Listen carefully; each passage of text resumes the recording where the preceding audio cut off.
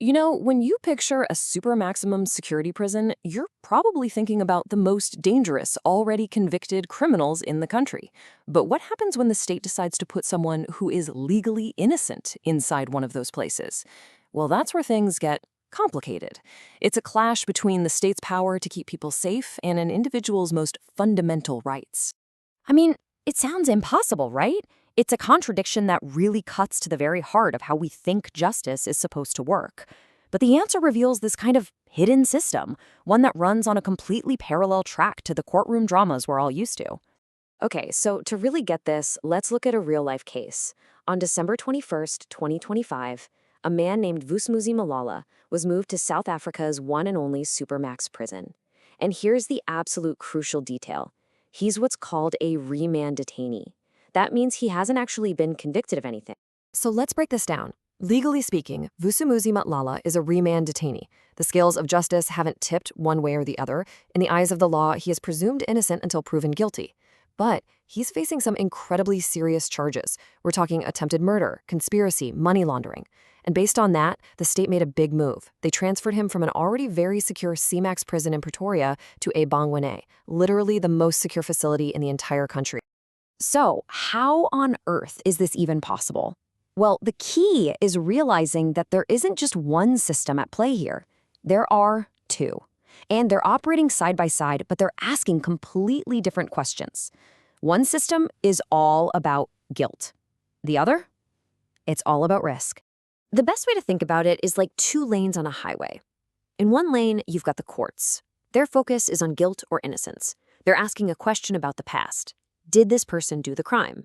And their tools are trials and eventually verdicts. But in the other lane, you've got Correctional Services. They're asking a totally different question, one about the present moment. Is this person a danger right now?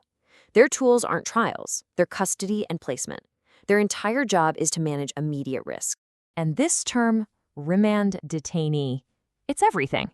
It's the key to this whole puzzle. It means that, as far as the law is concerned, this person is innocent. The state might be holding them before a trial, but a court has not, and I want to repeat that, has not found them guilty of any crime. So what's the legal key that unlocks this whole process? It's right here in the Correctional Services Act.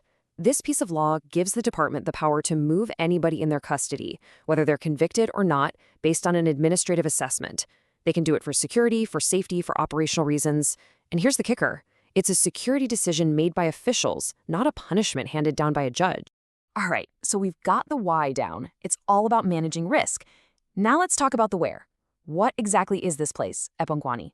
What is this ultimate tool of containment? Look, Ebongweni is built for one thing and one thing only: absolute containment. It's the highest level of security in the entire South African prison system. It's designed to hold about 1,400 people, each in their own single cell. And its purpose isn't rehabilitation. The whole philosophy of the place is just to neutralize risk. So, what kind of risk are we actually talking about here?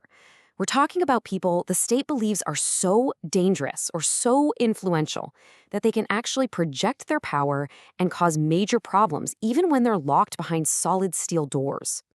To really get a sense of the kind of person Ebongweni is built for, just look at some of its past residents. Take Ananias Mathe. He's famous for being the only person to have ever escaped Pretoria's CMAX prison. You can bet that when they caught him, he was sent straight to Ebongweni. Then you have someone like Radovan Krzyr, a convicted international crime lord, and his case shows you something really important. This system isn't about your nationality or your race. It's about a single metric: how much risk and influence the state believes you have, even from inside a prison cell.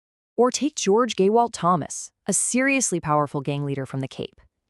He wasn't just moved. He was basically unplugged from his entire network. The whole reason for sending him to Ebongweni was to completely sever his lines of communication and neutralize his ability to run his operation. So what do all these examples tell us? It boils down to one simple, crucial truth. Getting placed in a facility like Ebongweni has nothing to do with whether you're guilty. It has nothing to do with your race or your status. It is purely and simply a reflection of the state's calculation of your present-day risk. Okay, so we've covered the why and the where, but what is it actually like inside? What's the day-to-day reality in a system designed for total, absolute containment? 23. That one number tells you almost everything you need to know. Life in Supermax is defined by an incredible level of isolation. For many of the people there, 23 hours of every single day are spent alone in a cell. It's a condition that's designed to minimize contact and control every possible interaction. The day just unfolds in this highly structured, almost robotic way. You've got lockdown and cell checks in the morning. Meals are slid through a slot in the door. If you get exercise, it's often alone and always under heavy supervision. Every single moment of the day is controlled, designed to strip away any sense of autonomy and limit human contact to the absolute bare minimum. And the goal of all of this? It isn't just about punishment or taking away freedom in the way we normally think about it. It's about creating this total system of control, an environment that is literally engineered to neutralize a person's ability to influence anyone or anything, inside or outside those prison walls. And that brings us full circle, right back to that fundamental tension we started with at the very beginning of this explainer. Now we have all the pieces of the puzzle. So if you remember one thing from all of this, make it this. The decision to move someone like Vusimuzi Matlala to Ebongweni is not some kind of secret verdict or a punishment before the trial. It is a purely administrative action taken by the state to manage what it sees as an unacceptable level of risk. And that leaves us with a final and pretty profound question. We rely on the state to manage these kinds of security threats to protect all of us.